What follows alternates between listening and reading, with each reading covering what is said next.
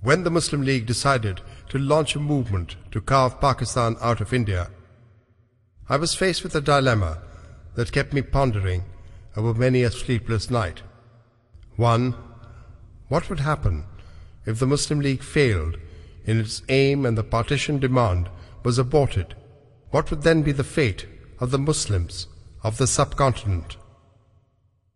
The creation of Pakistan appeared to be a pipe dream at that time. What we needed was a second line of defense, a group apart from the Muslim League to take care of the Muslims in case the dream went sour. The Jamaat-e-Islami was created to meet this exigency. The second consideration was, if the country was partitioned, what would happen to the Muslims in the remaining parts of India?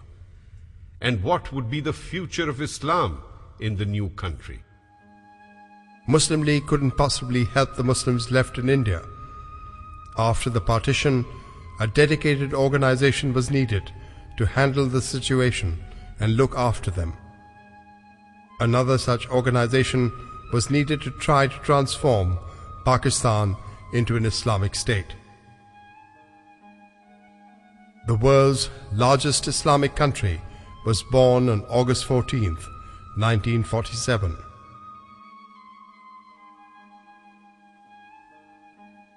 Not just my country, it is the country of Islam. After several centuries, we have found this opportunity to establish a welfare state under the guidelines of Islam that we could present before the world as a model. Indeed, it is Allah's blessed gift. When asked for his opinion on the referendum in the frontier province, Molana Maududi said, "Party members are at liberty to cast vote according to their wish, and if I had been from the frontier, my vote would be in Pakistan's favor." When our provincial Amir Sardar Ali Khan asked for his guidance about the referendum, Molana Maududi said, if he had been eligible to cast a vote under the conditions, he would have favored Pakistan. In December 1947, a youth organization named Islami Jamaat-e-Tulaba was formed in Lahore. In the earliest days of Pakistan, we in the college would not tell anyone if we went to offer the prayers.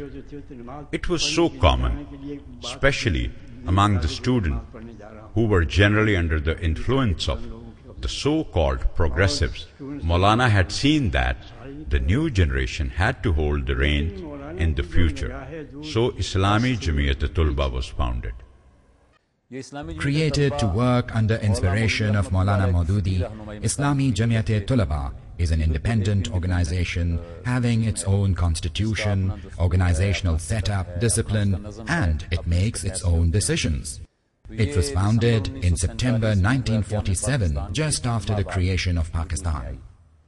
The study circle network of the Jamiat was then much larger than it is today. They covered everything from the Quran, Hadith, Sunnah and Seerah to international affairs and current issues. Personalities relevant to these latter issues also came under discussion. These study circles were held at school, college and university levels and separately for those responsible for running the affairs of the Jamiat.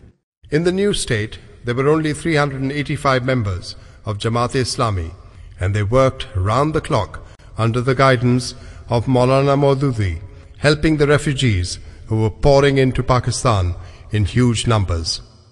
Molana Maududi contributed singularly to establish the outlines of the Islamic identity of the new state of Pakistan, burning his midnight oil to prepare an Islamic constitution.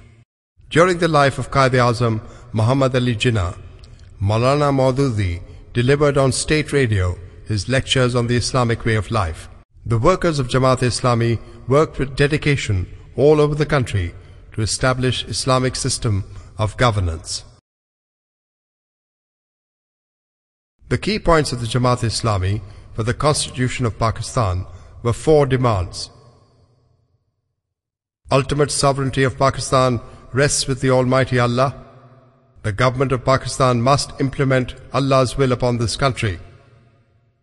The fundamental law in Pakistan is the Islamic Sharia. All existing laws that violate the Islamic Sharia must be abolished forthwith. No legislation violating the Sharia will be passed in the future. The government of Pakistan will exercise its powers within the limits imposed by the Sharia. Within 22 days of the death of Quaid-e-Azam Jinnah, Molana Maududi was arrested and imprisoned in Multan jail. He was kept behind bars for 20 months and released on May 28, 1950. He earned the distinction of being Pakistan's first political prisoner. The Objectives Resolution is tabled in Parliament on March 12th. This resolution continues to be the cornerstone of Pakistan's constitution. Before the Objectives Resolution was passed, Pakistan was just another secular state. It was Sayyid Maududi who presented his 4-point demand and announced that the state must determine its clear aim, objective, role and destination. It was because of this struggle that the Objectives Resolution was passed. Objectives Resolution passed in March 1949 is a comprehensive document, and it acknowledges that the Lord of the universe is Allah and that the purpose of Pakistan's creation is to implement Allah's sovereignty here.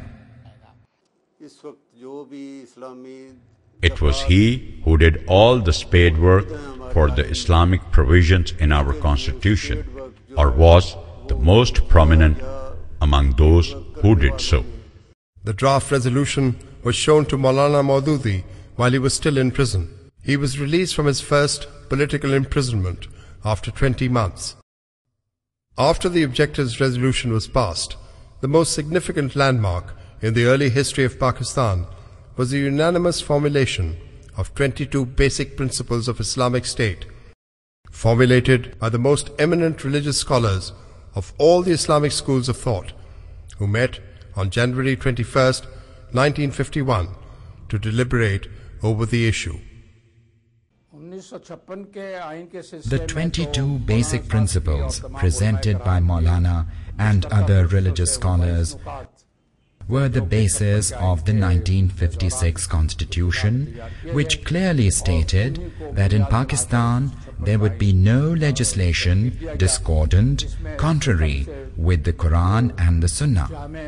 His contribution to the 22 basic principles enhanced the esteem of this document.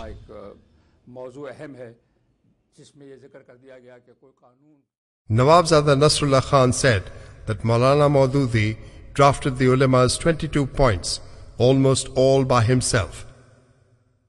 Maulana Zafar Ahmad Ansari states that it disclosed his remarkable far-sightedness and devotion to Islam.